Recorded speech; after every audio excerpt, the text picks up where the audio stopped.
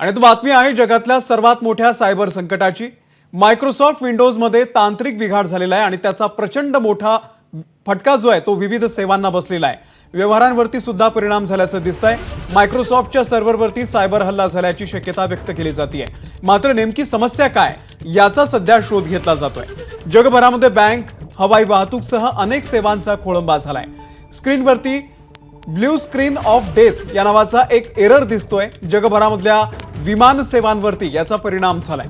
Banking सेवावर देखील परिणाम झाल्याचं दिसतंय। भारतामध्ये इंडिगो, स्पाइसजेट, आकाशा, एअर इंडिया एक्सप्रेस या अशा ज्या विमान सेवा आहेत त्या सुद्धा बाधित झालेल्या आहेत। ब्रिटनमध्ये काही काळ स्काय न्यूजचं प्रसारण देखील हे ठप्प झालेलं होतं। मात्र काही वेळानं ते पूर्ववत झालेलं आहे, सुरू झालेलं आहे। परंतु सध्या हवाई क्षेत्रामध्ये मोठ्या अडचणी येत असल्याचं दिसून येत आहे। आणि या संदर्भामध्ये सायबर तज्ञ प्रशांत माळी यांची प्रतिक्रिया आलेली आहे, आपण पाहूया। क्लाउडस्ट्राइक ही एक मोठी सायबर सिक्युरिटी कंपनी आहे आणि त्याचा एक फॅल्कन सेन्सर आहे। फॅल्कन सेन्सर म्हणजे एक एजंट असतो जो क्लाउड कम्प्युटिंग जे वापरतात। मायक्रोसॉफ्ट सुद्धा ह्यांची सर्व्हिस वापरते आणि त्याच्यामध्ये एरर झालाय।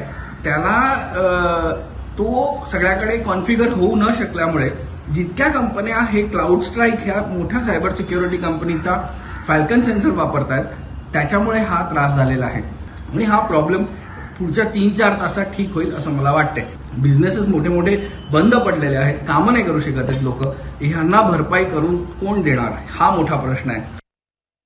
आणि या संदर्भातले अधिक अपडेट घेऊया। सोमेश कोलगे आपल्या सोबत आहेत। सोमेश, मोठ्या प्रमाणावरती आपल्या देशात सुद्धा परिणाम होतोय, हवाई वाहतूक ठप्प आहे, काय नेमकी माहिती आहे?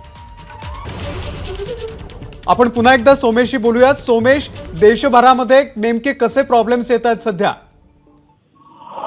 नक्कीच अमोल, आता आपण पाहू शकतो की कॉम्प्युटर इमर्जन्सी रिस्पॉन्स टीमच्या ऑफिसमध्ये आपण आहोत। कॉम्प्युटर इमर्जन्सी रिस्पॉन्स टीमची स्थापना ही इन्फॉर्मेशन टेक्नॉलॉजी ऍक्ट अंडर करण्यात आली होती। केंद्र सरकारच्या विशेषज्ञांची जे कॉम्प्युटर आणि सायबर सिक्युरिटीशी संबंधित तज्ज्ञ आहेत त्या सगळ्यांच्या अंतर्गत या टीमची स्थापना, त्या सगळ्यांचा समावेश या टीममध्ये करण्यात आलेला असतो।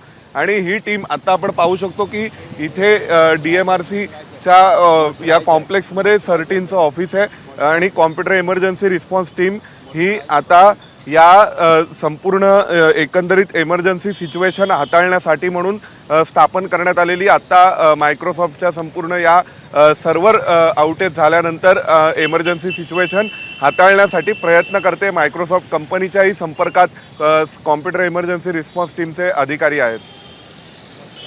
निश्चित सोमेश, तुम्ही आपल्या सोबतच राहा। हवाई वाहतूक राज्यमंत्री मुरलीधर मोहोळ यांची सुद्धा प्रतिक्रिया आपल्यापर्यंत आलेली आहे। त्यांनी एबीपी माझाशी फोनवरून संवाद साधला होता, आपण पाहूयात नेमकं काय म्हणालेलं आहे। पूरे विश्व में माइक्रोसॉफ्ट की क्लाउड सर्विसेज डाउन होने के कारण सभी सेवाएं में दिक्कतें आ रही हैं। हमारे देश में भी हमारे एयरलाइंस सर्विसेज जो उसमें ग्राउंड ऑपरेशंस भी ब्रेक हुए हैं, लेकिन मैन्युअली अभी उस पर काम चल रहा है। DGCA और मिनिस्ट्री ऑफ सिविल एविएशन उसका मॉनिटरिंग कर रहे हैं।